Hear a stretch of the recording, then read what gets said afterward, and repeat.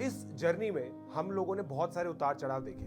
दोस्तों, ये समय है रिफ्लेक्ट करने का और ये चीज समझने का कि हम लोग क्या क्या चीजें सीखे हैं अपनी जेई प्रिपरेशन में। ये चीज हमें समझने की जरूरत है कि हमें केवल और केवल एक चीज पे फोकस करना होता है, वो है सेल्फ ग्रोथ। जो बच्चे ये चीज सोचते हैं कि टैलेंट के बेसिस पर आईआईटी में सिलेक्शन होता है, जो बच्चे ये चीज सोचते हैं कि केवल और केवल शार्प बच्चे ही आईआईटी के अंदर जाते हैं, वो मैं उनको ये बता दूं, टैलेंट से इंपॉर्टेंट होता है डिसिप्लिन और शार्पनेस से इंपॉर्टेंट होता है परसिवरेंस। हाय गाइस, कैसे हो आप लोग? मेरा नाम है प्रशांत जैन। जेई एडवांस का एग्जामिनेशन खत्म हो चुका है और उसके साथ खत्म हो गई है जर्नी 2 साल की, 3 साल की, 1 साल की, 4 साल की भी हो सकती है।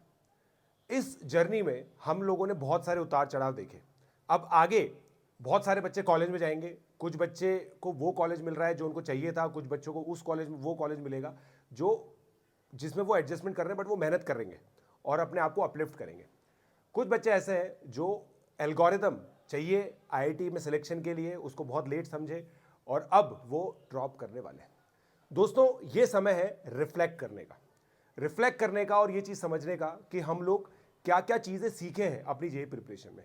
जो बच्चे इस जर्नी को बहुत अच्छे से ख़त्म करने वाले हैं, कर रहे हैं, वो बच्चे डेफिनेटली इस एल्गोरिदम को क्रैक कर चुके हैं।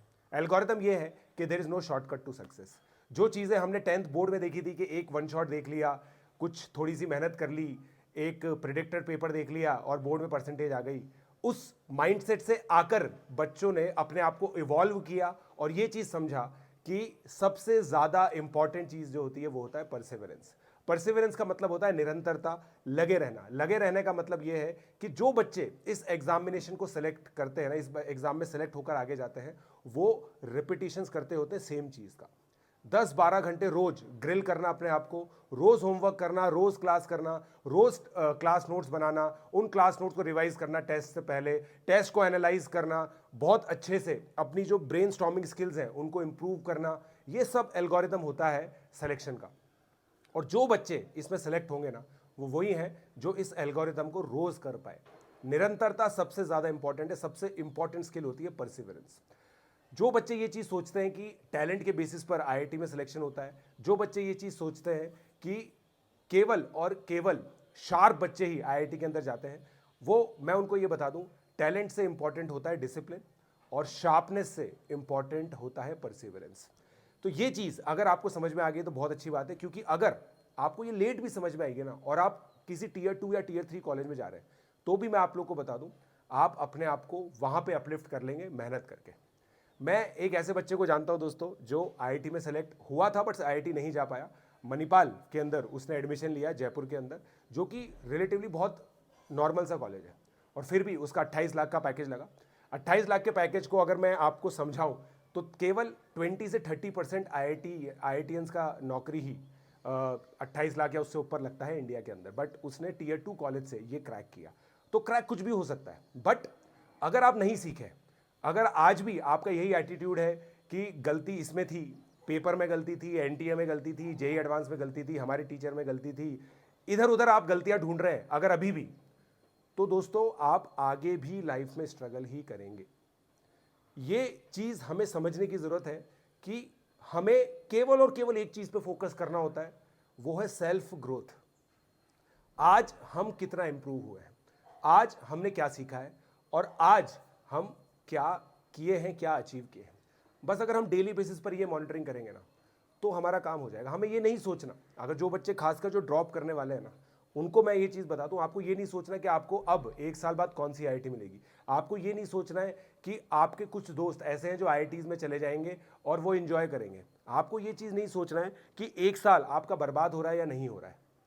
आपको बस लॉन्ग टर्म गेम ये चीज़ सोचनी है कि अगर आप किसी अच्छे कॉलेज में जाते हो तो ज़िंदगी बहुत अच्छी हो सकती है। और अगर आपका मन नहीं है ड्रॉप करने का कि सर हमें नहीं जाना, हमें कॉलेज में जाना है, तो कॉलेज में जाके मेहनत कीजिए। दोस्तों, अपॉर्चुनिटीज़ बहुत हैं इस दुनिया में।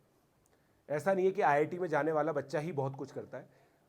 नॉर्मल कॉलेजेस, प्राइवेट कॉलेजेस के जब बच्चे भी बहुत अच्छा परफॉर्म करते हैं, बट ऐसा नहीं है कि कम मेहनत करके परफॉर्म करते हैं। मेहनत पूरी लगेगी।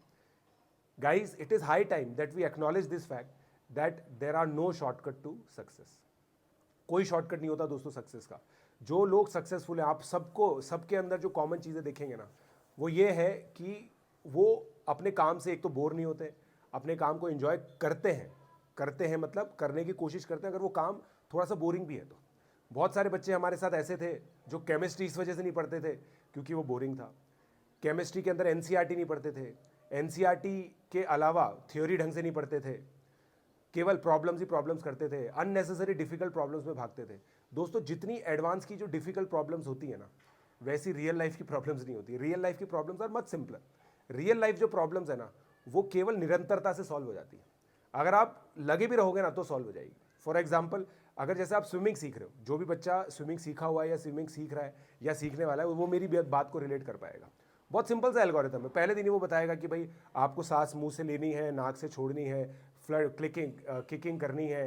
ये एल्गोरिथम बहुत सिंपल लगता है, मगर हम लोग क्या है ना, इसको सीखते हैं रिपीटिशन से। जब हम एक ही चीज़ को बार बार रिपीट करते हैं तो पैर अपने आप ऊपर आने लगते हैं, हाथ अपने आप चलने लगते हैं, सांस अपने आप आने लगती है। बट उसमें रिपीटिशन लगता है। 10 दिन, 20 दिन, 30 दिन सीख जाते हैं। अगर, और यही चीज़ हर एक स्पोर्ट में है। क्रिकेट में भी स्ट्रेट ड्राइव की टेक्निक शायद आप पहले दिन सीख जाओ, मगर स्ट्रेट ड्राइव सचिन जैसी सीखने के लिए इटर्निटी लग सकती है।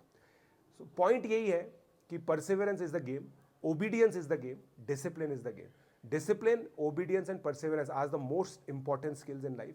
आप लोग लाइफ में कितने भी मतलब थोड़े से मैं कह सकता हूँ रिबेलियस रहे हो, आप लाइफ में कितने भी इस तरह से रहे कि सर मैं तो थोड़ा सा सोसाइटी में फिट इन नहीं होता हूँ, थोड़ा सा अलग तरह का इंसान हूँ, good luck with that. But eventually in every single field, आप कॉमेडियन बने, आप ड्रामेटिस्ट बने, आप सिंगर बने, आप कुछ भी करें, आपको डिसिप्लिन लाना ही पड़ेगा अपनी लाइफ में, निरंतरता लानी ही पड़ेगी।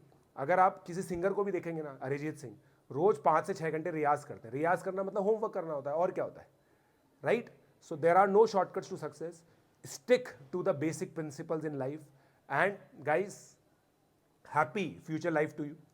सभी बच्चों को मेरी बेस्ट विशेज़ है, और ये चीज़ याद रखिएगा आप लोग, आपका बड़ा भाई आपके साथ है। कुछ भी चीज़ रिक्वायर्ड हो, कभी भी गाइडेंस की रिक्वायरमेंट हो, आप लोगों की ही जर्नी मैंने की है, राइट? और ज़्यादा मैं आपसे बस 1-2 साल ही बड़ा हूँ, आपको पता ही है। मैंने भी अभी कुछ ही साल पहले आईआईटी से ग्रेजुएशन ली है। आईआईटी के जो 4 साल है, किसी भी इंजीनियरिंग कॉलेज के होते हैं वैसे किए। जो डिस्ट्रैक्शन वहाँ होने थे वो मुझे भी हुए थे, जो मेरी वहाँ लर्निंग थी वो आपकी भी लर्निंग हो सकती है।